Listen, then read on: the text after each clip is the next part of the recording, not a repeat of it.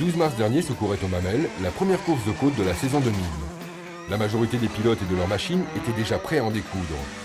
Au nombre de 24, tous partirent à l'assaut des 3 km 200 du circuit avec pour seul objectif réaliser le meilleur temps du jour et décrocher une victoire dans leurs groupes respectifs. Course de côte nationale aidant, une délégation de pilotes martiniquais avait fait le déplacement. Mais décrocher le scratch, un seul y parviendra. Et avec quelle maestria! En 1 minute 39 secondes et 79 centièmes, il met 4 secondes 8 d'écart à Max Berville, son premier poursuivant. Ce jour-là, Maître Bourreau, dans sa marche harnachée, tenait en ses mains une victoire méritée. De cette course déjà largement commentée, nous mettons aujourd'hui la lumière sur les hommes de l'ombre qui l'ont organisée. On peut dire que c'est une organisation fantastique. Comme d'habitude, la ZAG a mis tous ses moyens à disposition des pilotes et du public. Un très grand nombre de spectateurs, d'ailleurs très chaleureux aussi. Je les remercie d'être venus de se déplacer pour cette course de côte des Mamelles de l'année 2000.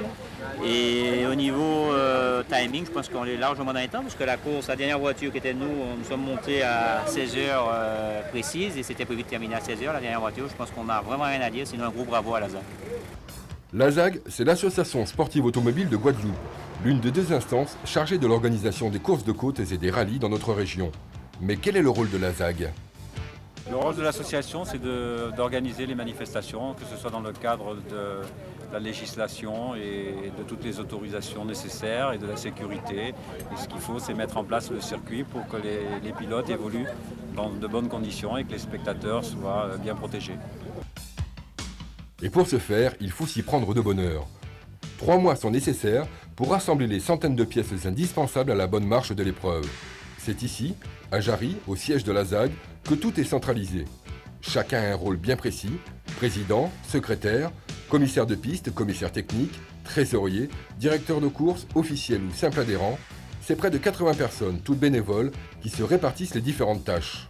Contact avec la préfecture, le parc national, la gendarmerie ou les services de secours pour les autorisations nécessaires. Suivi des textes de loi, sécurité, animation, formation des commissaires de piste, élaboration des programmes et relations avec la presse, les tâches ne manquent pas et tous mettent un point d'honneur à organiser de façon professionnelle cette discipline. Rappelons que la ZAG est une association à but non lucratif et que les 80 000 francs nécessaires au budget de l'épreuve sont collectés grâce à la vente des billets et l'apport de partenaires passionnés.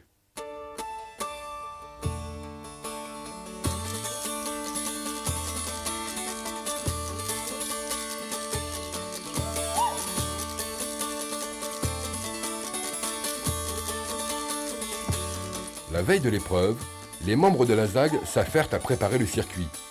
Mise en place des pneus pour amortir d'éventuels impacts avec les voitures et surtout mise en sécurité des zones pour protéger le public.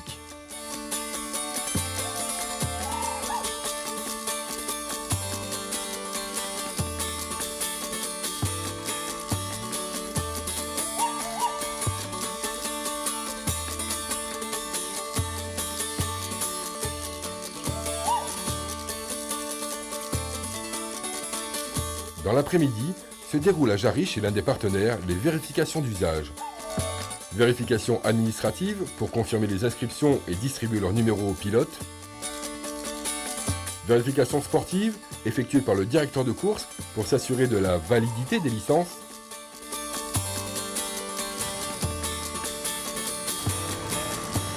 Et vérification technique pour contrôler l'homologation des voitures et plomber les moteurs turbocompressés.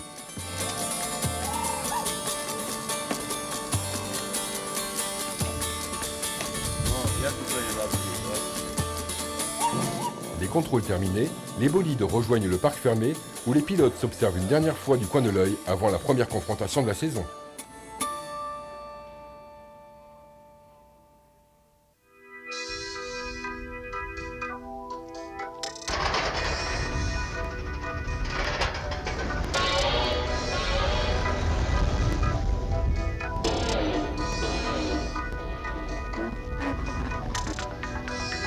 Dimanche, au petit matin, toute l'équipe termine la mise en place. Tout doit être fini avant 9 h.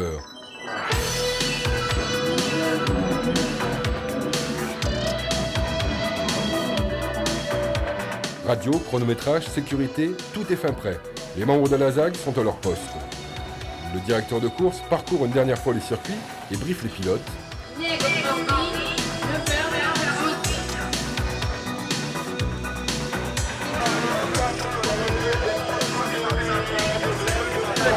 consignes de sécurité, éviter de vous mettre dans des zones exposées, des zones dangereuses.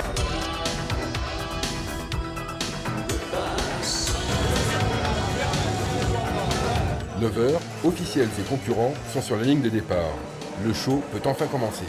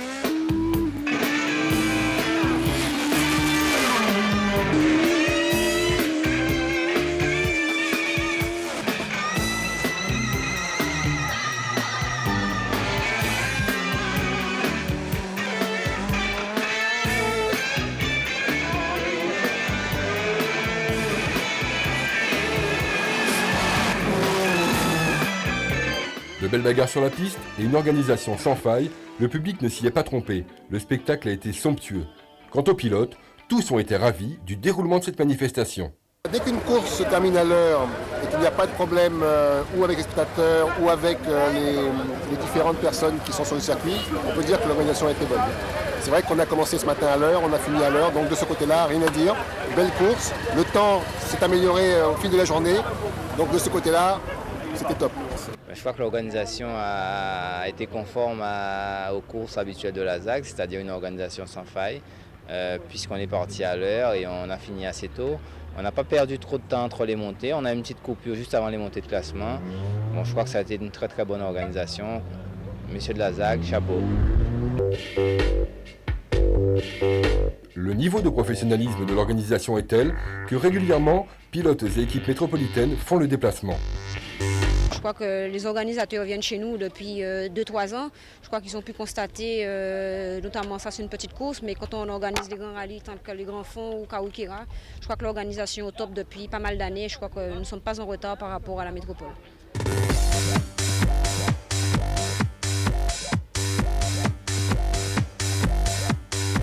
À toutes ces personnes de l'ombre qui officient bénévolement au bon déroulement des compétitions, nous attribuons le premier prix, celui de la passion et du dévouement.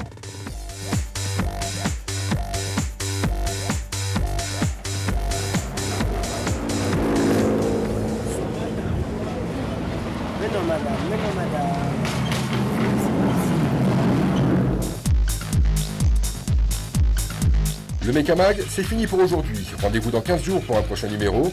En attendant, roulez prudent.